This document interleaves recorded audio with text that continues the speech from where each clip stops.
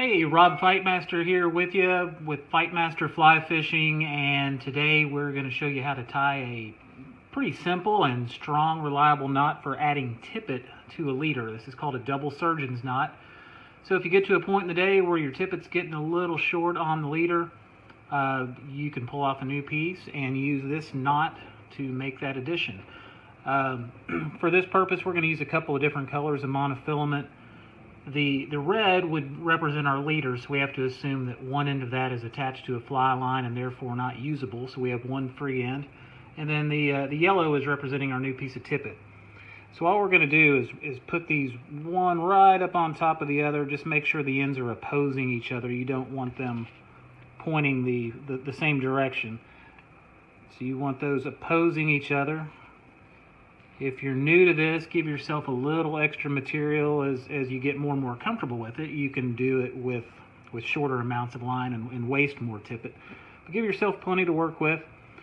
Now that I've got those two things together, I'm just going to push them together so that I get a loop. And so I should have the long end of the tippet kind of pointing off to the right, as well as the short end of the leader. And I'm going to take each one of those around and through the loop that I've created. As a shortcut, you can take these and take them through one at a time, but that can be a little tricky trying to find the end of a long piece of tippet somewhere, and it's a little more time consuming.